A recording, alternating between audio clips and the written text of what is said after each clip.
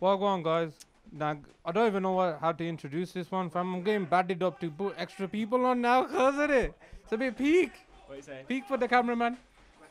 Oh, don't worry, I'm on phone still. See what I'm saying? This is how you know I'm getting batted up, fam. Nah, it's not even bad. Trizy's batting me up, fam. Trizy's batting me up. Yeah, promotion, man. Need that. Alright. So, fam, what's your name and your age? My name's Dylan Clift. Box from Acot Screen Boxing Gym, and I'm 19 years old. Alright, so what first got you started into boxing? Well, it was. I was young, man. Wow. I hated it when I was young. My dad tried to get me in. My dad's been a coach for years, and he tried to get me when I was about 4 or 5, and I was not having it.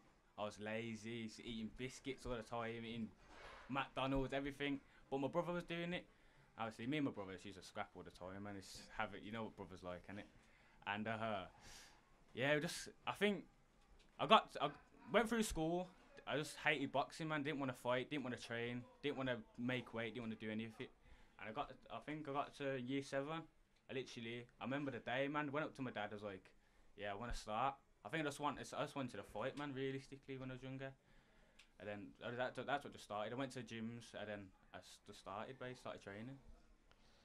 How you finding the amateur run of your career? Cause bro, this is like the hard part of it. I know it gets harder, like in terms of competition when you go up pro and you go up the bigger ranks, right? But this, I think, is the most mentally straining and challenging. Cause by the time you've done your amateur career, it's normally when you're pressured into getting high, good jobs or careers or uni, but you can't give that time there because you gotta be in the gym. Yeah, nah. Do you know what?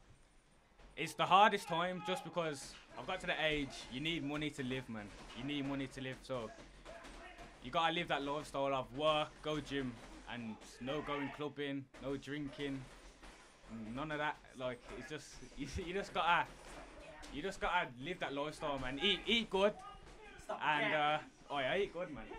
And obviously don't drink, and live that lifestyle, man. Go work, make the money, come gym, and make your career after that then. Now I know why you and Trizzy get along, fam. You both on the same penny pincher thing, innit? Yeah, I'm stingy as hell, bro. I'm stingy as hell, man. Are you mad? You're trying to save that money, bro. That's how you get rich, man. Edit. That's how you get rich, man. You gotta be stingy, man.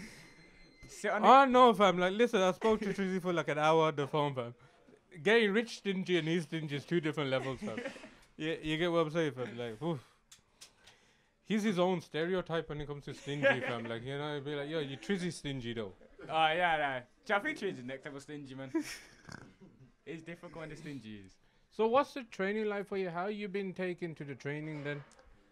Well, when I first started, it was I trained out of a different gym in Birmingham City, Sparkbrook, and I started off boxing there really. I had my first couple fights there, and it was tough. Like I had first 2 years of training without no fights, and I wanted a fight, man. I was hungry for it, man. I was so hungry for it.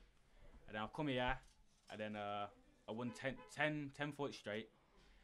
But now it's just getting tougher and tougher. I'm fighting without no head guards now, so it's just even tougher. And you got to work harder, fighting against better opponents, and just.